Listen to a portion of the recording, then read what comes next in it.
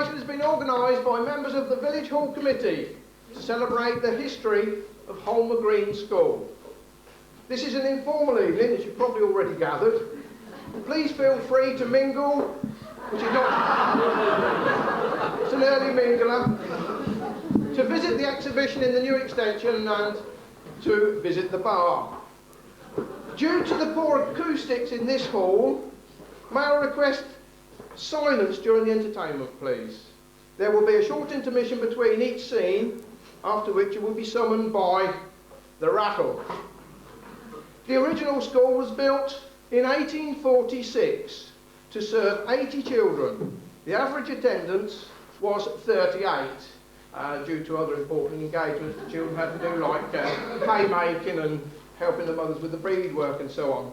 A large sign at those times hung on a wall which divided this old schoolroom, part of which read as follows: "This school was founded in the year of our Lord 1846 for the benefit of the poor children of Holmer Green and its neighbourhood by a native of the place, who, having prospered through life by a gracious providence, desired in humble thankfulness, but without wishing her name recorded, thus to provide for the Christian education of those to come after her." The generosity of this lady benefactor must have been a great blessing to all. Her own simple dedication plaque read, "It is not the will of your Father which is in heaven that one of these little ones should perish." And I know for a fact that many of the older residents here that used to come to this school can recite that off by heart. This plaque is now lost, but the one celebrating the rebuilding in 1908 can now be seen inserted in the wall behind you. Ladies and gentlemen, we open this evening's entertainment in the old village school, reciting verse that was familiar to every young scholar in those years ago, from the middle school, the village schoolroom.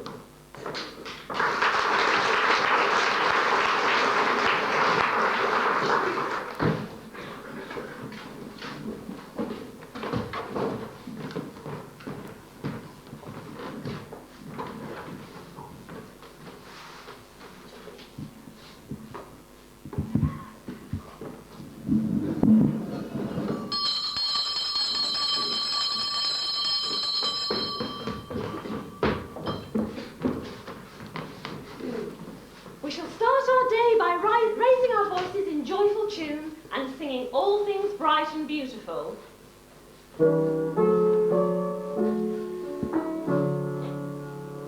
All things bright and beautiful, all creatures great and small, all things wise and wonderful, the Lord God made them all. You may be seated.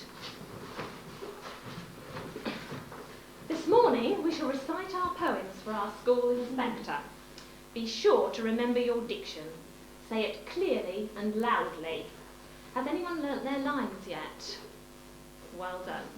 Stephanie, let's start with you. The orphan. Kind gentle thoughts and pity take, a poor little orphan girl.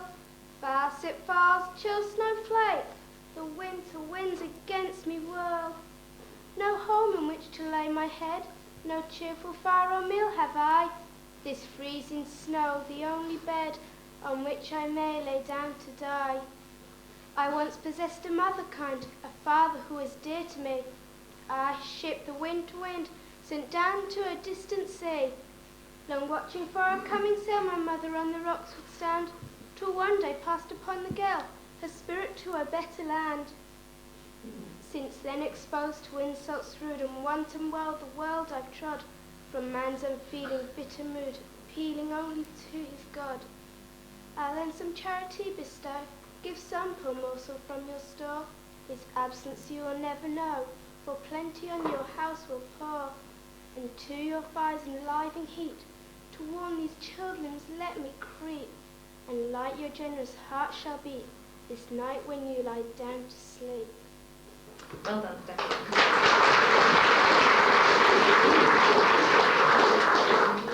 Such a sad tale.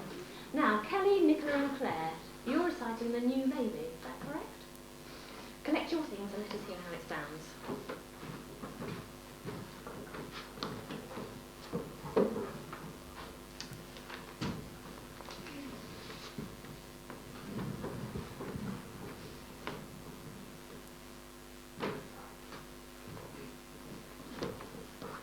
The new baby. We've got a new baby at our house. A funny little thing. Nurse says I must be like a mouse. I mustn't shout or sing. Because I might wake him up, you see. I think it's a shame. But no one seems to think of me since our new baby came.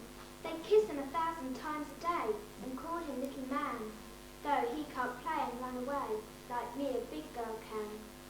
Nurse says your nose is broke, Miss May. It isn't, but oh dear. Since baby came the other day, things have been very queer. My mummy says God sent him here to live and play with me.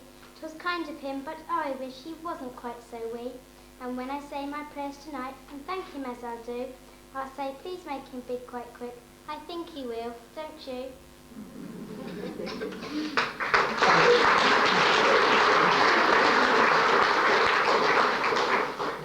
That was good. Joanne, how are you getting on with your poem? Let us hear.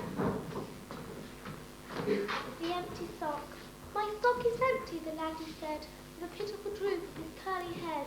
And I hung it up to my cot last night. I didn't think Santa'd forget me quite. Mum's gone to heaven, but I thought he'd know. She'd left her poor little boy below, and the hot tears fell on the pillow white, and I'm sure the angels wept at the sight. My cot is empty, the mother said, as she stood by the side of the wee white bed. And my darling will spend his Christmas day in a beautiful land not far away. He's happy, I know, but oh, I miss the clinging fingers and loving kiss.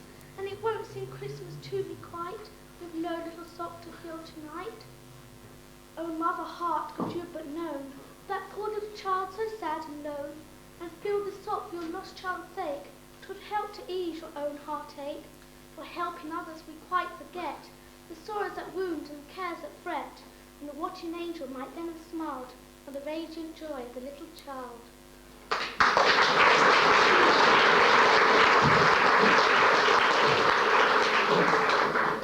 A very sad poem. Thank you, Joanne. Now, Catherine, how about your poem now? Good night. Good night, dear little child. The stars begin to peep. The owlet from the barn screams wild. The chickens are asleep. And little girls who have been good and clever through the day, their heads in sweet and cheerful mood may on their pillows lay. But if your lessons were not said, or evil you have done, remember, ere you seek your bed, God's pardon must be won. Kneel meekly by your mother's side, to God most humbly pray, that he will help you check your pride and idleness next day.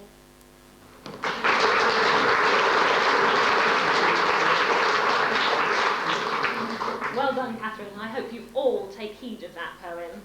Now, Paul.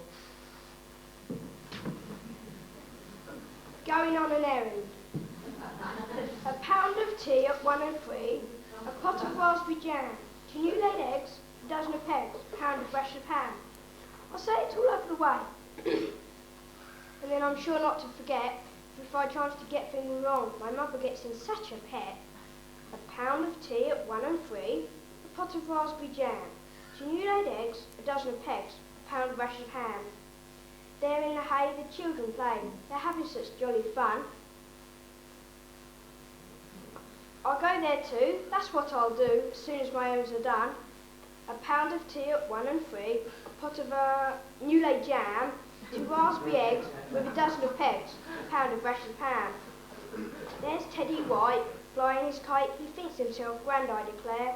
I like to try and make it fly up sky high, ever so much higher than the old church spire, and then, but there, a pound of 3 at 1 and 2, a pot of new-laid jam, 2 dozen eggs, some raspberry pegs, a pound of breast of ham. Now here's the shop, outside I'll stop and run my orders through again. I haven't forgot, no, not a jot. Sure as I'm pretty cute, that's plain. A pound of 3 at 1 and 2, a dozen of raspberry ham, a pot of eggs with a dozen of pegs, a rasher of new laid ham.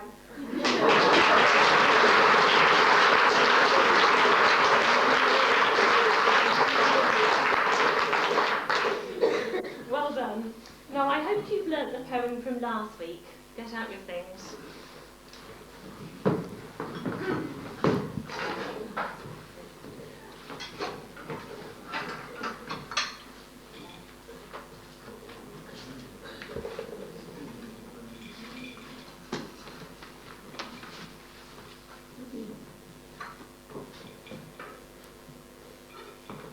Monday.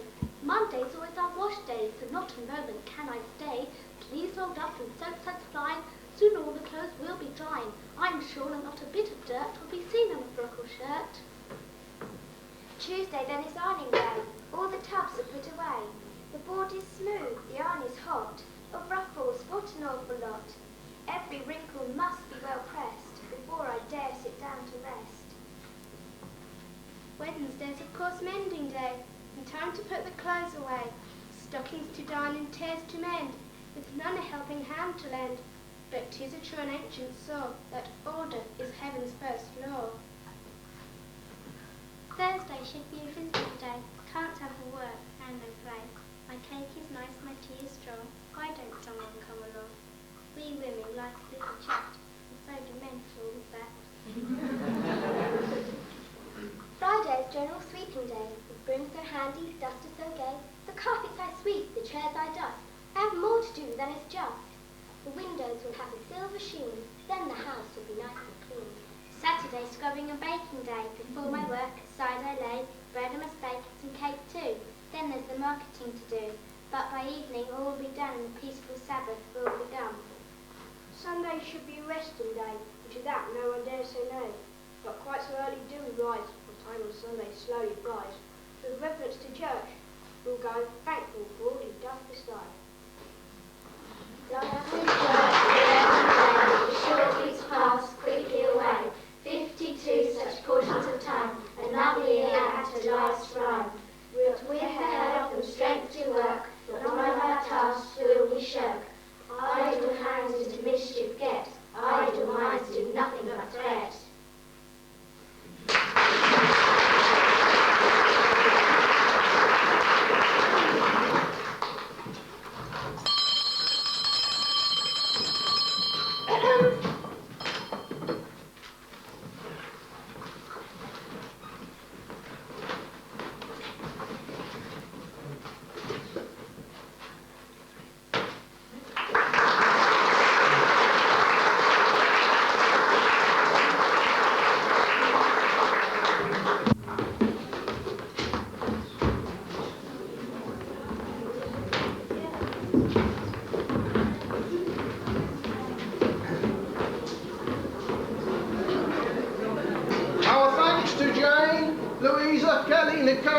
Nicola, Claire, Catherine, Stephanie, Joanne, Paul and Howard.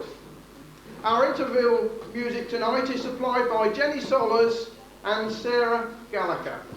They were taught the flute by the late Jeff Hall of Factory Street. And Jenny and Sarah now play a bit of Mozart. Oh, sorry, it's Beethoven.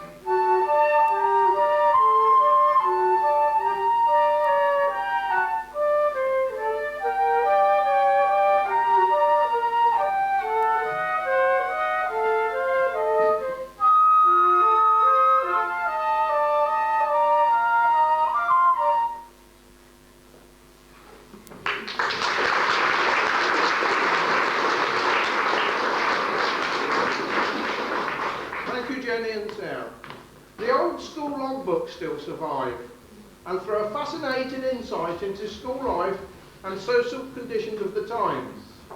We would like to present to you a few extracts from the school logs, including the school inspector's report. The school logs, ladies and gentlemen.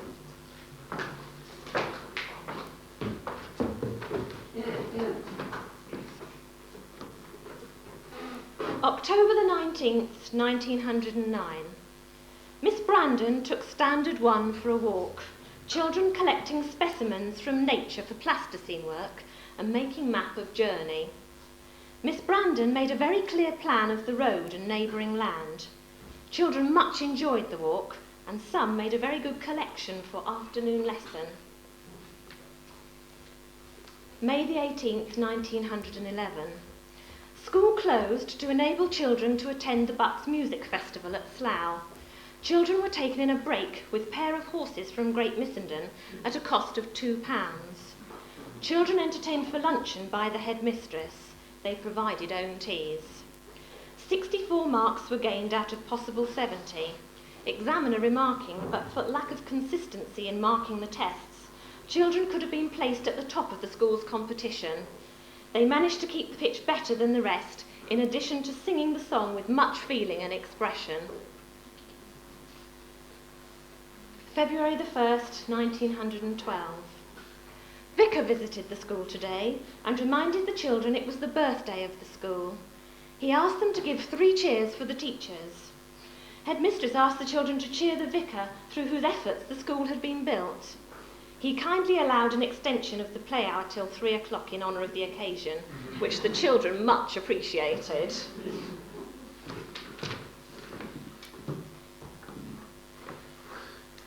December the 20th, 1912. School closed today for the Christmas holidays to reopen January the 7th, 1913.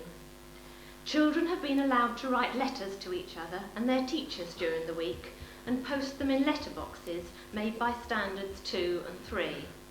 Today they were distributed. A temporary sorting room was constructed with the aid of screens.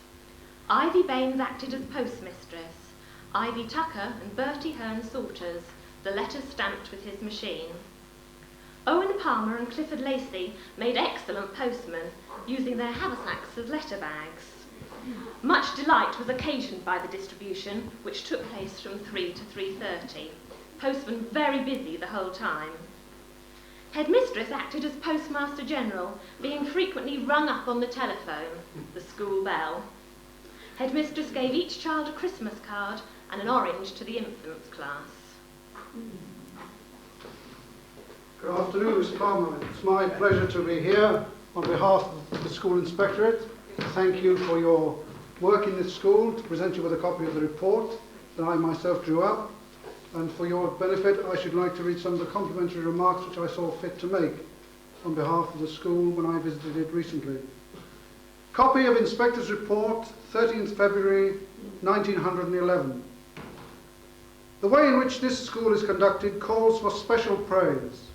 The note of refinement and the endeavour to foster habits of self-discipline are already having appreciable effects upon the older children. In the upper group, arithmetic is taught in a way which is calculated to arouse the interest of the children. Recitation and the sensible use made of dictionaries are also very creditable features. In Standard 1, the teaching is efficiently given, but it loses in effectiveness owing to the fact that 38 infants are also being taught in the same room. Thank you, Ms. Palmer. I'm afraid, ladies and gentlemen, not all the reports were quite as glowing as that one.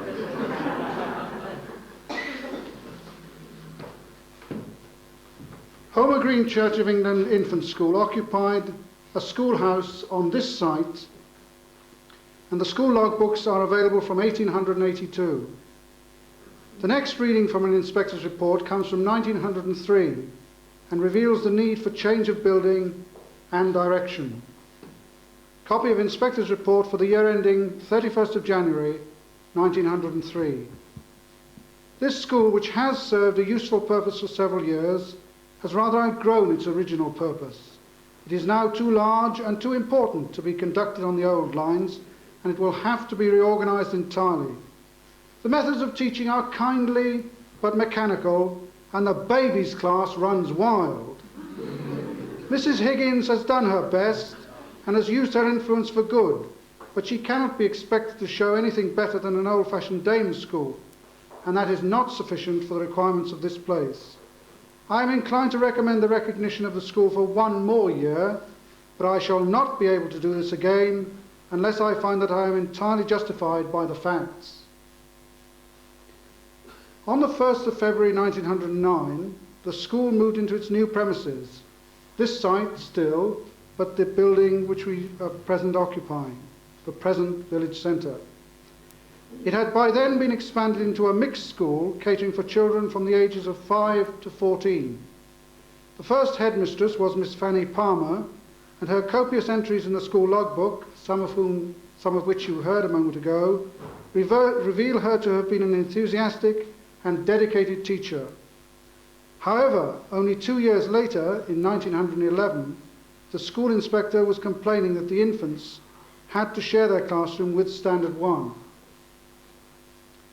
Moving on, by 1924, the year of the next quotation from the school logbooks, the school seems to have entered a period of decline, characterised by poor attendance and unruly behaviour. The appointment of a new headmaster, Reginald Stead, did indeed halt some aspects of the decline, but could not prevent the inconvenient and cramped accommodation from lowering morale. Copy of Inspector's Report, 16th of September 1924.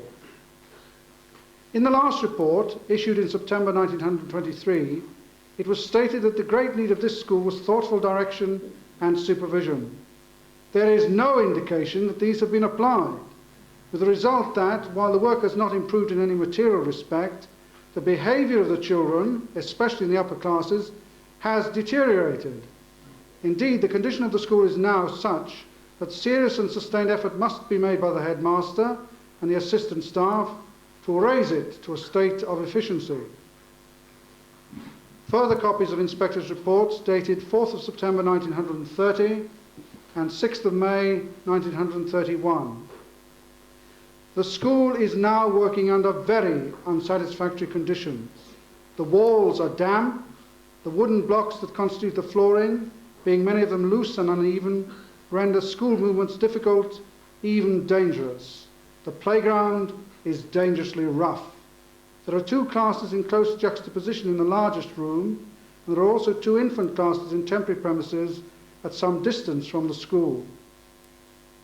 However, among the better points of the instruction may be mentioned the composition exercises of the highest class and the work of Standard 2 and 3, a group which has the advantage of working in the only comfortable room in the school. Considering the cramped conditions prevailing in the temporary premises, the 2 classes taught there are also making satisfactory progress. It is obvious, however, that ordinary standards of assessment are scarcely applicable here, and judged by such standards, a good deal of the work is below average quality, not least so in the upper divisions, where the difficulties referred to are most acutely felt. Without pressing criticism unduly, it may well be doubted whether the loose and untidy bookwork in arithmetic, especially among the older boys, or the disfigurement of some of the printed books is referable to the conditions.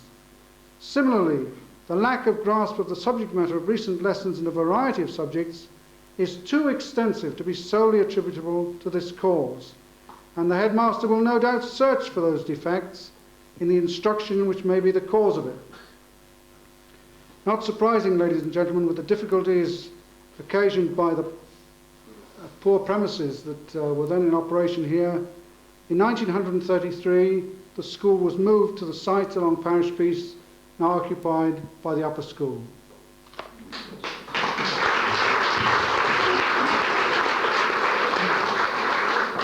Thank you, Jane King and Howard Thomas. Ladies and gentlemen, Jenny and Sarah will play for us during the interval which now occurs while we invite you to partake of the buffet dinner which is laid out in the new extension. And I'll use the rattle to get you back later on. Thank you very much.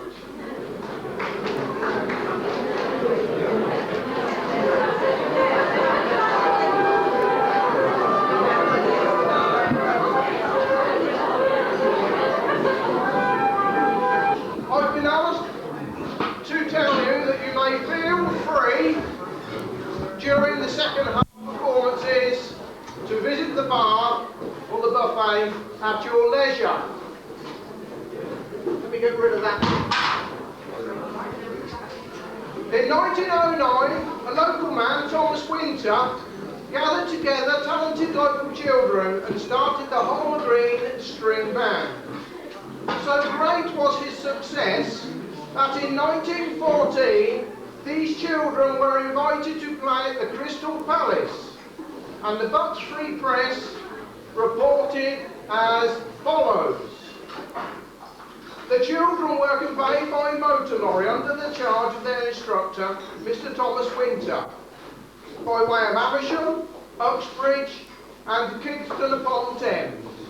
It may appear incredible to some people, yet it is a fact that some of the youngsters had moved in such a small circle that they had never had a train ride and never before seen a river.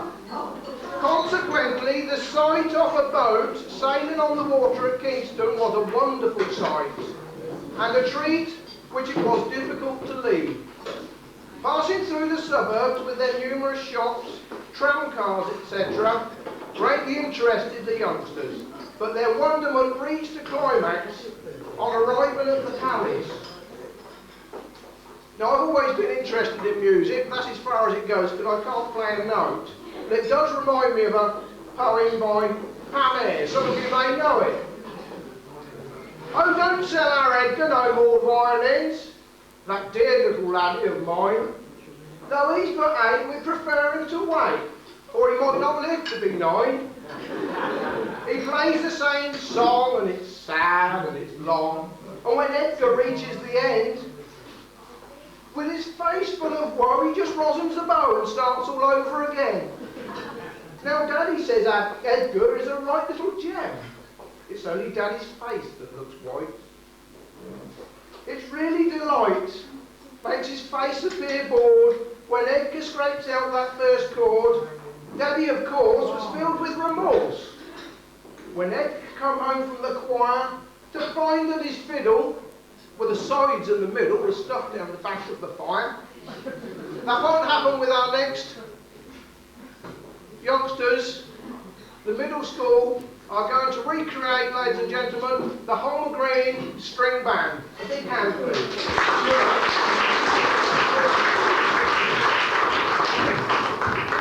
Anyone else here? Here's a member of the old club. Who's in the member?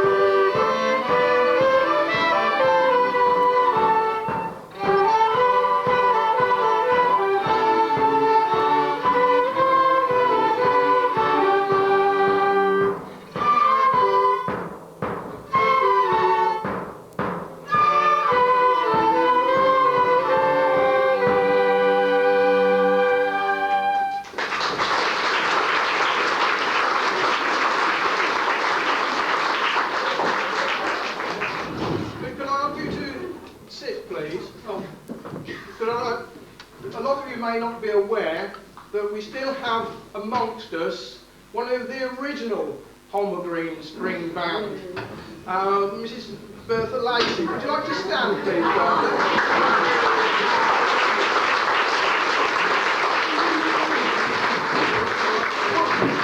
Can I also ask you, Bertha, while we ask the string band to play an encore, whether you would like to join them and go down the nostalgic road down memory lane?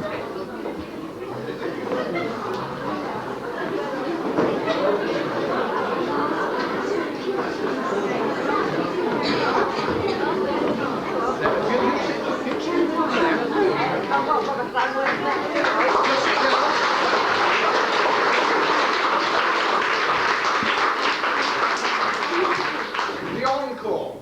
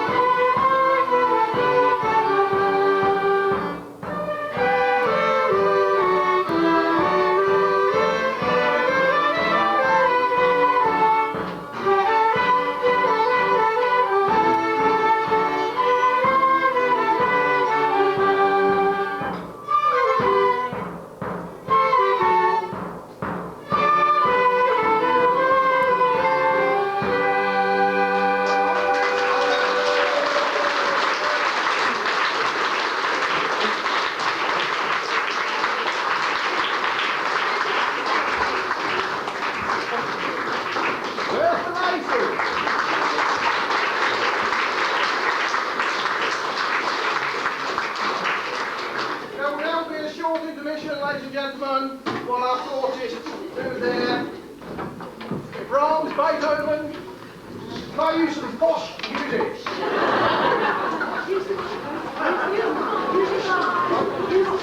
Yes, and also, of course, the bar is open, so I'm told, and also the coffee. Thank you. Leave your stand.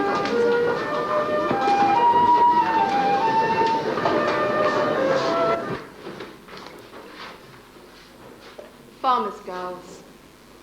Up in the early morning, just at the peep of day, straining the milk in the dairy and turning the cows away, sweeping the floor in the kitchen and making the beds upstairs, washing the breakfast dishes and dusting the parlour chairs, brushing the crumbs from the pantry and hunting for eggs in the barn, roasting the meat for dinner and spinning the stacking yarn, spreading the snow-white linen down out on the bushes below, ransacking every meadow where the red strawberries grow, starching their cottons for Sunday and churning their snowy cream, rinsing the pails and strainer down in the running stream, feeding the geese and poultry, making puddings and pies, jogging the little one's cradle, driving away the flies. Grace in every motion and music in every tone, beauty of form and feature, thousands might covet to own, cheeks that rival the roses, and teeth the whiteness of pearls. One of these country maids worth a score of your city giddy girls. Time's vagaries. Ah, love, 'tis strange, I often wonder whether time has a choice of wings, of lead and feather. Feather to use when we two are together, and lead when we're apart. Each moment spans the next, nor stints the measure. Time doles the seconds with lethargic leisure, and hoards, as miser hoards his golden treasure, the hours when we're apart. Yet moments fly whene'er you give me greeting, and parting follows hard on heel of meeting. Slow time is swift, and lists so no entreating, when you are near, sweetheart. February the 29th, leap year. If you love me, and love me true, please return the bow of blue. If of me you only think, please return the bow of pink. If I am forsaken quite, please return the bow of white. If with other girls you've been, please return the bow of green. If you think I am too bold, please return the bow of gold. But if with me you'd like to wed, please return the bow of red.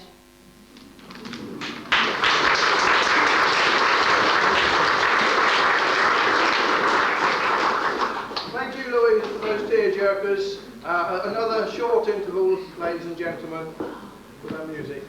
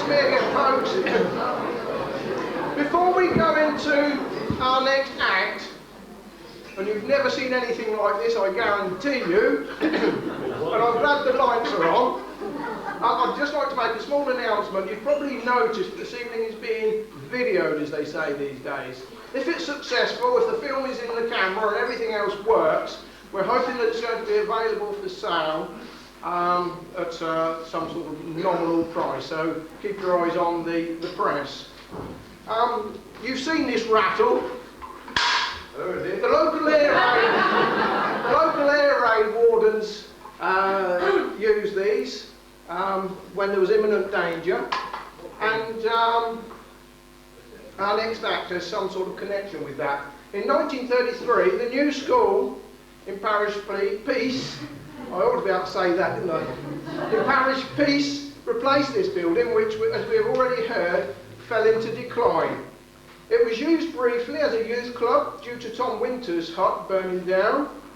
During the last war, the Home Guard used this old school building as a storeroom, and so did the Village Produce Association. They used to store spuds up here, would you believe, for feeding the pigs.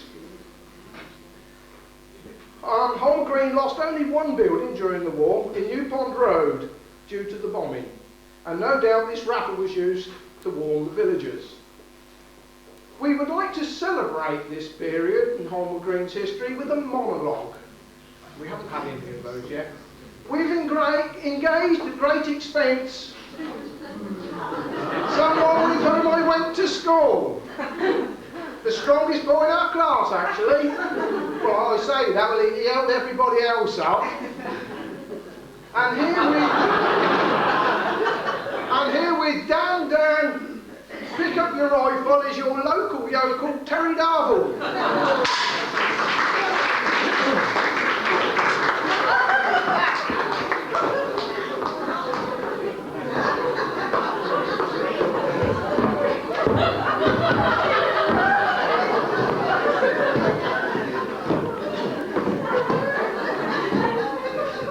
This is an original, made to measure. Actually, it was made to measure for somebody about 6'4". I think the boots were as well. But, as I say, years ago, you know, in the war effort, everybody had to double up. Well, I doubled up with someone 6'4". Lovely and warm in the winter, mind you. Even the hat smile's too big. They give me this underneath. Look. Very nice. Very handy that was on a cold winter's night. Straight around that. Walking around that common, I might tell you, on a winter's night. Beautiful. Behave yourself down there. Anyway. Let me just get myself adjusted. Right. Straps are broken. Right, this is a monologue entitled Dan, Pick Up Your Musket.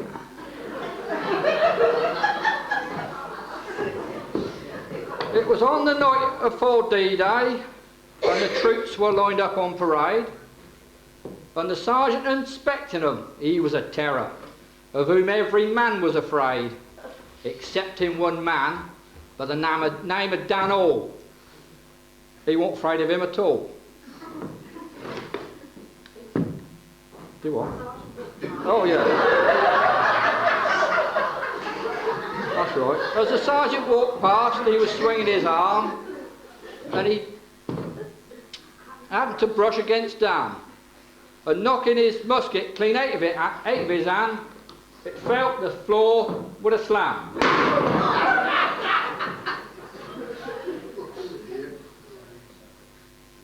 Pick it up, said the sergeant, abrupt like but cool.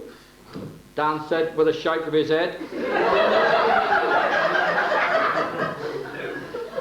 You knocked it out of my hand, so you can pick it up instead. Dan, pick up your musket, the sergeant said with a roar. You knocked it down, you pick it up, or it stays where it is on the floor. The sound of this Barney soon reached the ears of an officer, Lieutenant Waller, who says, what did he say?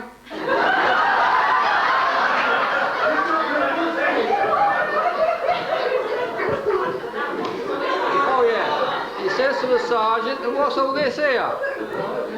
And the sergeant says, told him to bother.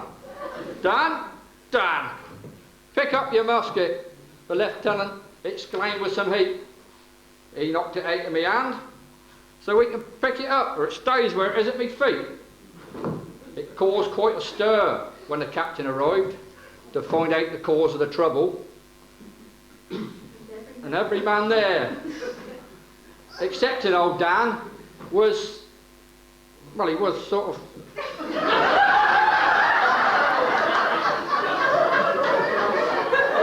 of all the trouble. Not like that, innit? Dan, pick up your musket. Said the captain. I should have read this, I told you I should have read it.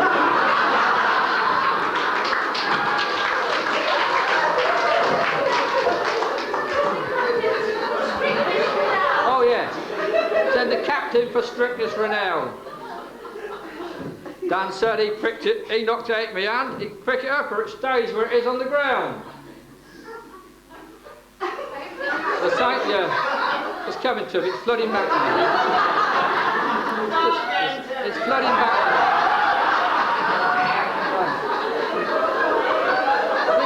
Actually, I've got the wrong glasses on tonight. I don't know if there's anybody in here or not. I've been so used to saying it to myself.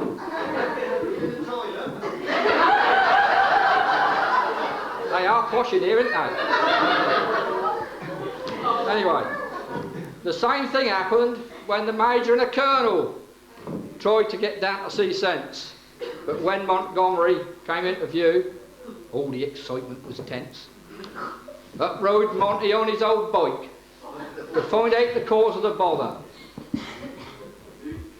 And he what? He looked at, yeah, he did. He looked at the musket.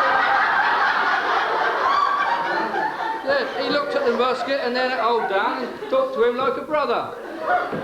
Dan, pick up your musket, just for me, old mate. All right, said Dan, for you I'll oblige. No, that's wrong. Just for you, sorry. And to show I meant no offence. Oh, yeah. And to show I meant no offence, I'll, Monty said, he did say, and Monty said, well done, lad. Come on, boys, let battle commence.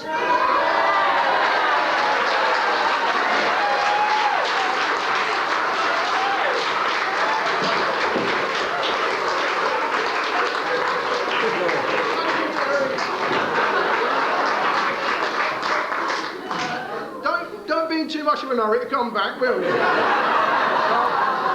Actually, I heard what you said about me when I was in that little room about holding it. Thank you, Jerry Darble.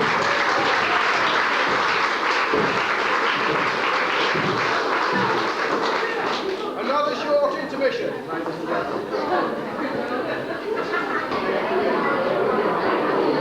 ladies and gentlemen. I inform you all, they won't put in notes unless I got me down.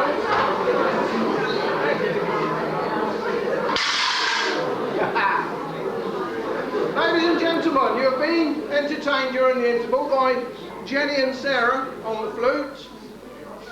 They have played their last interval and perhaps we ought to give them a big hand at the back.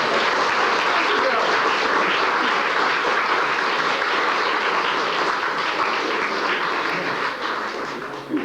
There was a lot to be said for village education, rural studies, playtime on the village green. Even the proximity of a churchyard had its advantages. Pat Gilligan will evoke an air of nostalgia with an extract from Cider with Rosie, it says here. Pat Gilligan, ladies and gentlemen.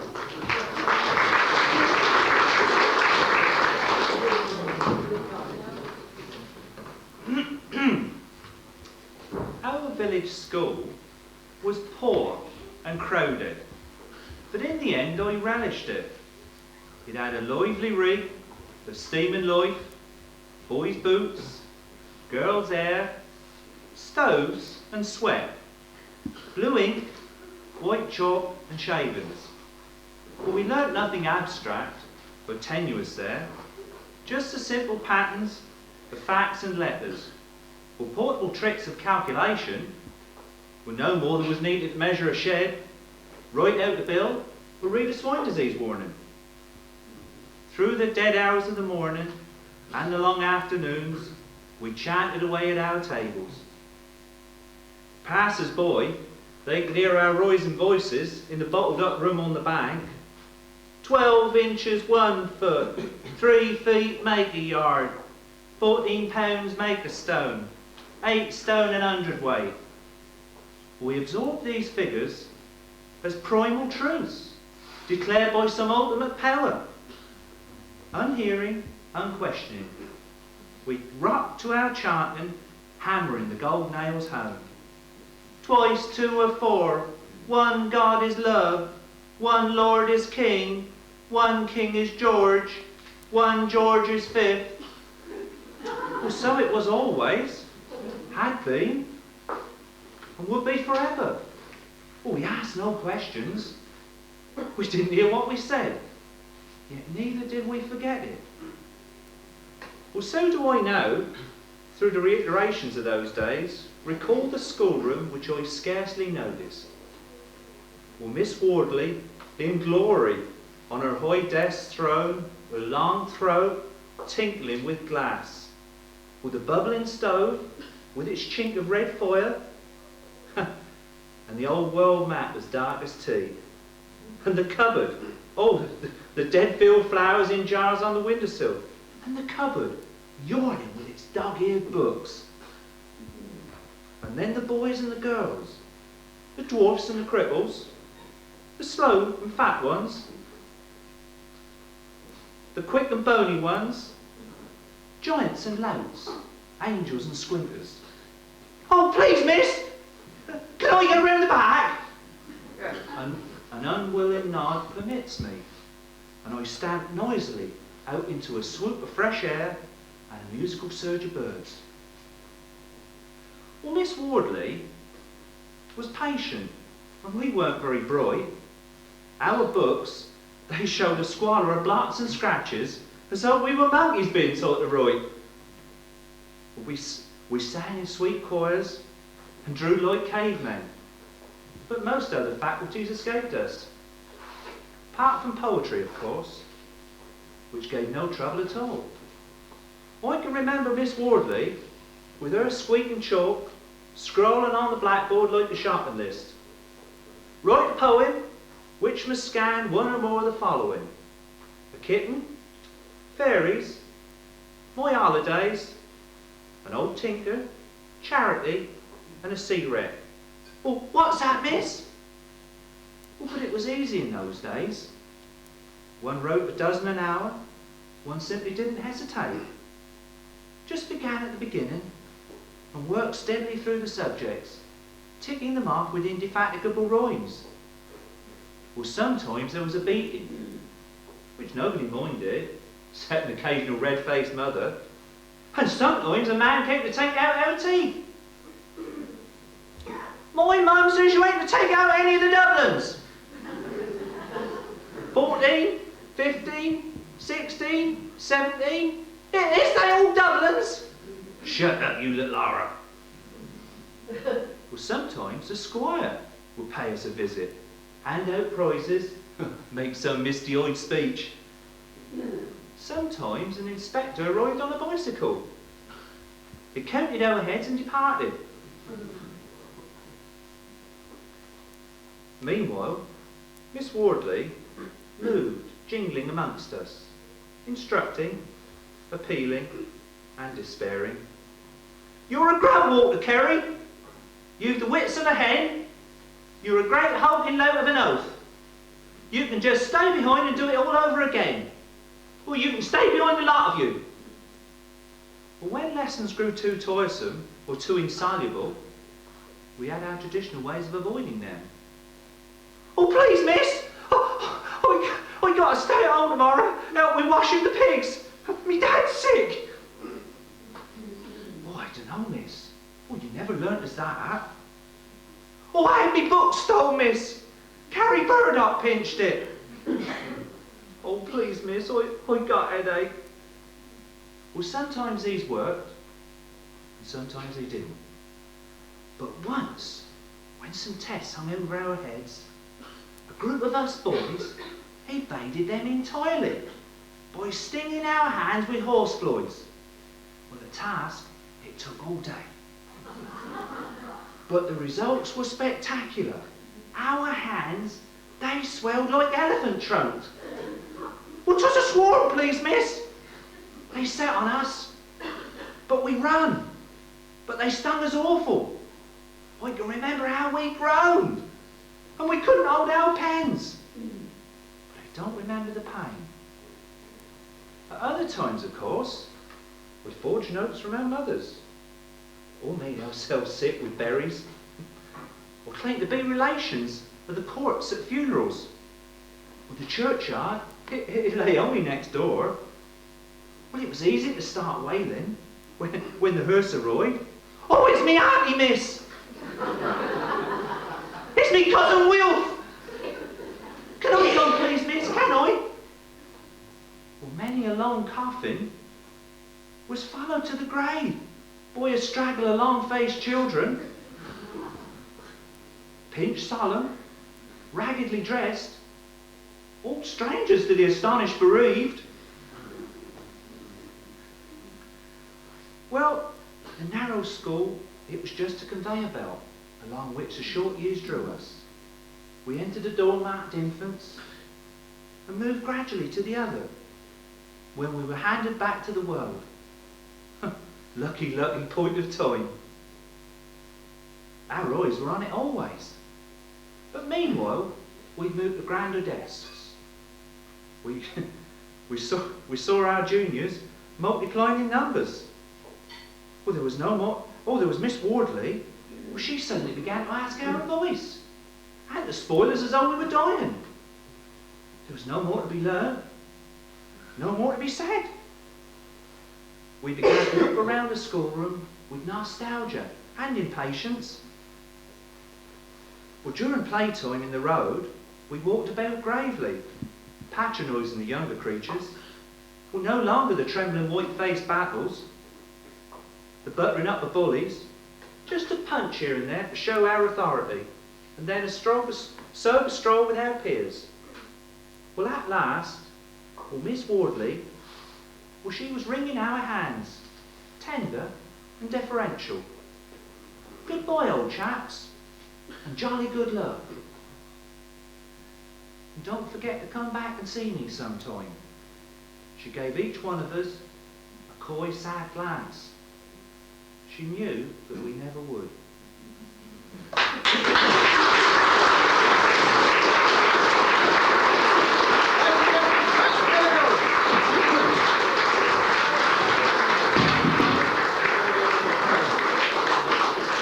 Thank you, Pat. Another tearjerker. We're now nearing the end of our village get-together, ladies and gentlemen. But before I hand over to Dennis Lynch for another monologue, thankfully it's just the epilogue, I would like to tell you a true story. There haven't been many of those tonight. We all know how house prices have gone up round here. But a few weeks ago there was an American lady wanted to settle in the village, and she looked in Hamnet Rafferty's, Bucklands, whatever they're called, in the window and saw just what she wanted. One of those lovely brick and flint jobs in the Earl Road. Blonde old Snuffy Pierce, you might know him. And she made an appointment to see old Snuffy in his cottage. Oh, it's out of this world. Everyone's idea of an English country cottage. Roses round the door, geraniums in the garden. Anyway, she was invited in by old Snuffy, and she loved the kitchen, and beams in the living room, big ingle look. Well, I think I would have loved it. Oh, it was wonderful. But she said, Mr. Pierce, because she was formal, she didn't call him Snuffy. So, Mr. Pierce, could I see the rest room? Well, natural request. So they went upstairs, and he said, yeah, this is where I rest, this is the bedroom. And she said, no, Mr. Pierce, she said, you don't quite understand. She says, you're American. You don't say love, do you? you say the restroom or the powder room or something. He says, he said the lab. He says, we call it the privy. He said, if you look at the window there, you'll see it at the bottom of the garden. And she was a bit off-put by this, but she looked out, and there was this lovely privy there, little typical Holmer Green one-holer, painted red and cream, and you know the little heart-shaped ventilators on the door. It was wonderful. And so they went back down the little windy stairs, out through the back door, went along the little path there, and she said, yeah, beautifully kept up, pot of plants either side, you know. She opened the door, and on the back there, none of your Daily Mirror hanging there, no, it's Daily Telegraph, so that impressed her quite a bit. And she looked in, all neat and tidy, and although she wasn't used to all this, she fell in love with it. She said, yes, Mr. Pearce, she said, I really love this, I want this. She said, there's just one thing that worries me, and don't anyone else come up with the tagline. This really worries me, she said. She said, it's lovely, I love the cottage, everything else, she said, but she said, you ain't got no lock on the door, she said. He says, you don't have to worry about that, me dear. He said, I've lived here 50 years. He said, I've never had any trouble. He says, there ain't never been a lock on that door, he says, and I've never had a bucket pinched yet. Then it's me.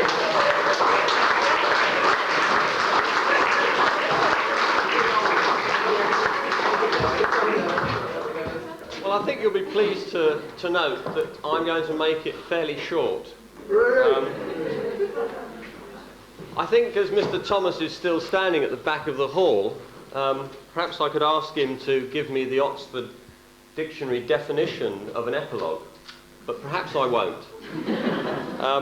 I actually grabbed it from my son's beside his bed before I came out, and I will quote, "It is a concluding part of a literary work, a speech, short poem addressed by an actor at the end of a play."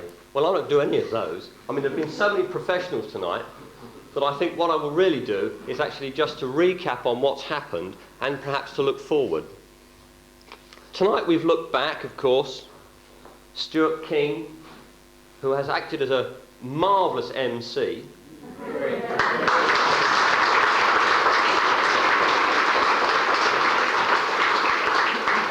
And the really splendid performers that have actually produced a polished performance which I think the village and all of you should be very proud of. Just for those who would like to have a check on all the dates that have been read out, is there anyone here that can tell me how many years this site has served the community? You haven't been listening, have you? As the school inspector would say, I think we need to take a careful review of the group that we have in front of us. According to my scriptwriter, it's actually 147 years. And I think that's quite important to remember, that when we're looking back, as we have tonight, we've also got to look forward. The Japanese have a word for looking forward, which describes continual improvement, and it's called Kaizen. And I think that we have Kaizen within the village and the community. And I believe that we should be looking forward to making further improvements in the centre over a number of years. I'd also like to thank everybody that's been involved in the rather difficult period we've had during the construction of the new hall.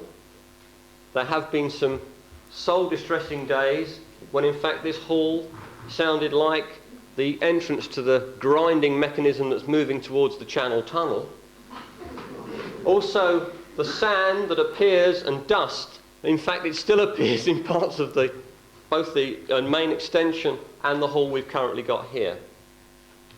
Just as a recap to tell you that we have spent approximately £60,000 on the development of the new hall. Now, that in terms of the amount of money it would cost to rebuild this main hall is quite small, but it's significant because of the amount of cash that the village centre has had to put together with other funds to actually raise that total sum. I wouldn't like to... I am going to single out individuals who have helped to put both tonight together and also the moving forward of the centre itself. In particular, I'd like to thank Ray Druce, who in fact is our maintenance manager and our caretaker, and he's had to weather the front end of the difficulties with the builders and all the other users of the hall during this last period. Ray, can you stand up, please? I am sorry, yes, please.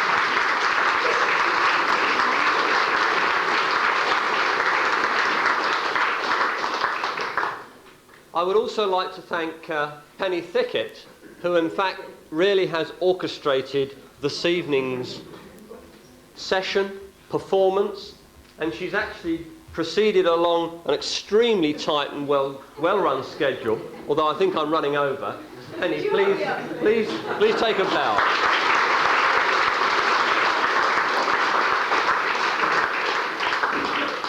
I would also like to thank Peter Healy, who is in fact now whizzing around using the video. And again, dare I say that he was here, I think, at 7:30 this morning, Peter? 6:30, sorry, I'm an hour out. And in fact, it's been a fairly long day. So again, Peter has helped tremendously, and would you give him a round of applause? Thank you.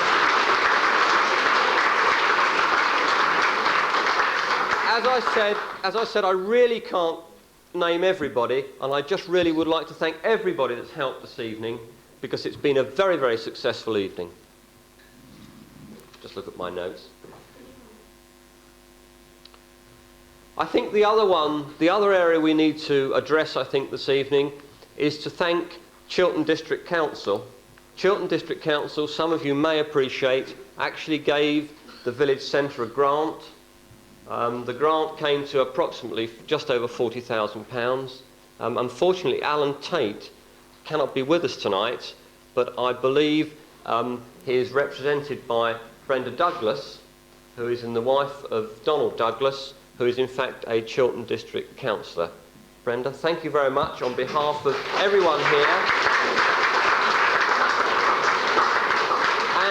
And I hope... Fine.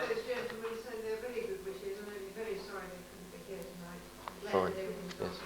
I hope that you believe, and the council will believe, that we've actually spent the money wisely.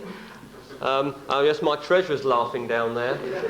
I might add that we honestly have run ourselves very, very fine as an organisation. You know that we're basically non-profit making, so all the money that actually is made here is ploughed back into the centre. And I can assure you that the last 2 weeks we have been biting our nails to make sure that we can find the last finance to pay the final bill. Because just to make a light-hearted remark here, the initial payments were made by Chiltern District Council on our behalf. So our amount of cash was not required until towards the end of the project. And the difficulty is that we had a fair amount of extras added to the actual building contract cost. And it wasn't until last week that we realised that we weren't broke. So if it had gone the other way, I'm sorry, we wouldn't have been meeting tonight. There are just another couple of other items. We are actually still not complete. We have got some final finishing work in the centre complete in the new hall. The ladies' cloakrooms are still not complete. And of course, we are looking towards a refurbishment programme of the main hall. And it'll probably start with the kitchen that we have over here. And that is to be part of the programme over the next 3 or 4 years. Right, I think I've talked enough, quite honestly. I would just like to finish off on 2 particular subjects, just to say that I'd like to thank all of you for supporting us over the years, because much of the money that has been used on our side to add to the new hall has come from the people who've used the hall and subscriptions. Thank you very much. But last but not least, I would also like to thank someone who's actually travelled a long way tonight, and in fact was the previous chairman of the village centre, I think for 25 years. And it's through that person that we actually have the hall that you see at the very back there. And it's Jack Chadwick, who I would like to honour by coming up here, Jack, please.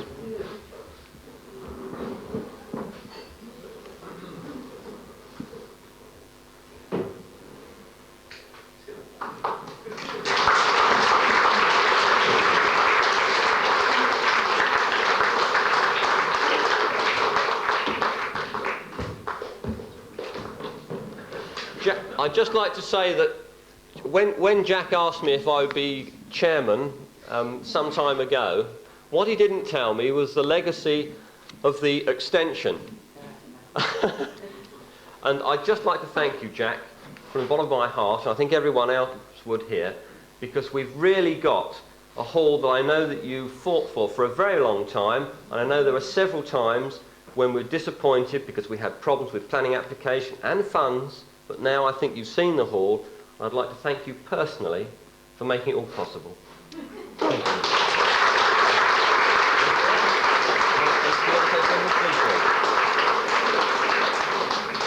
I'm out of touch on doing this sort of thing, you know. Since I left Holmer Green, I've watched our little village hall in the village where we are. Smaller the scale, but it's coming on fine. I keep my eyes on it. Anyway, I think the essential thing is this, that a village hall thrives and people enjoy it and they like Holmer Green for the very reason that the community spirit is alive. And it's alive because of this place. Thank you very much.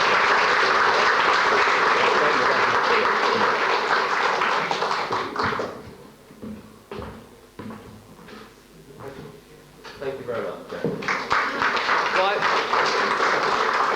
I really only just have one more thing to say, and again to thank you all for coming this evening. And we just have, before we close, I have to make a draw, or we would like to make a draw. We have a picture here which has been provided of, I think it's Bottom Alley, Stuart, is that right? And what we've done is we've taken the numbers off of all the tickets that came in tonight, and I'm wondering whether Bertha Lacey, for the second time tonight, would be prepared to come up and draw the ticket.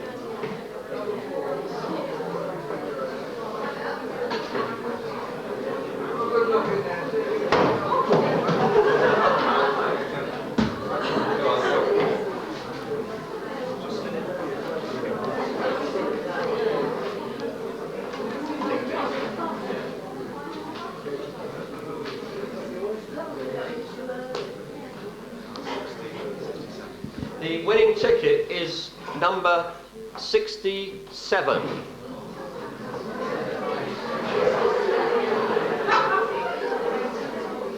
Do we have a 67? Do we have a 67? Yes, we have a 67.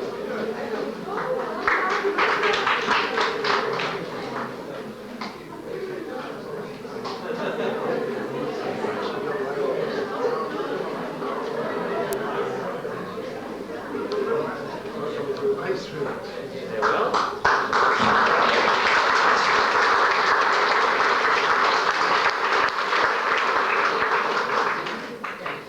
Mr. Chairman, consolation prize, please. A consolation prize? Right, well, we have another one.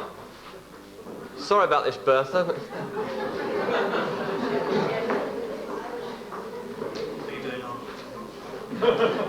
I heard that.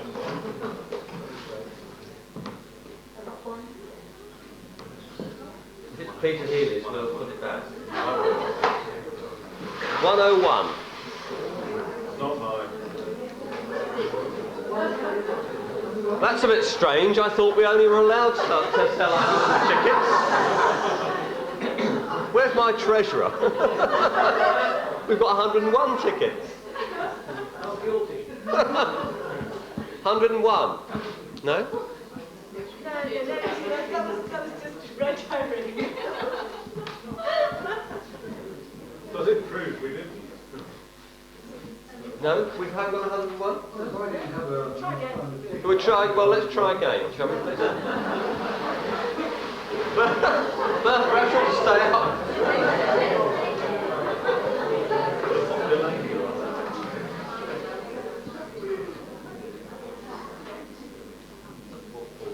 that's better. Lower. 46. Everyone's lost there. Yes, we've got one. We've got a 46. Well done.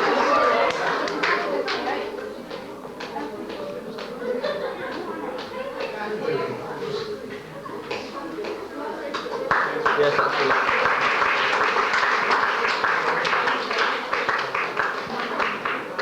Oh, so there's one more. Don't worry. No, this has already been won. Oh, has it? Sorry. Now, somebody at number 14 this afternoon on the pond stall, the handball is corrected. Oliver, number 14.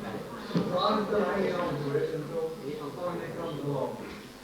The pond committee stall, which is on here. Well, if anyone does remember they haven't claimed their teddy bear, would they please see Bill Waits afterwards? Fine. Well, I think all I've got to say is to say thank you very much for coming. And I think, can I see the members of the bar at the... No, I can't.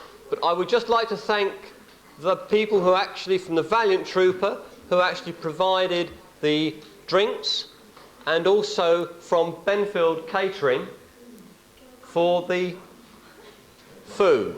I'm also giving some cues from the outside here to say that we're a bit low on the bar takings, so perhaps you'd like to actually, when we've finished, continue round to the new hall and actually partake of some more drink from the bar. So again, just like to thank you for coming and wish you well for the rest of the evening. Thank you very much.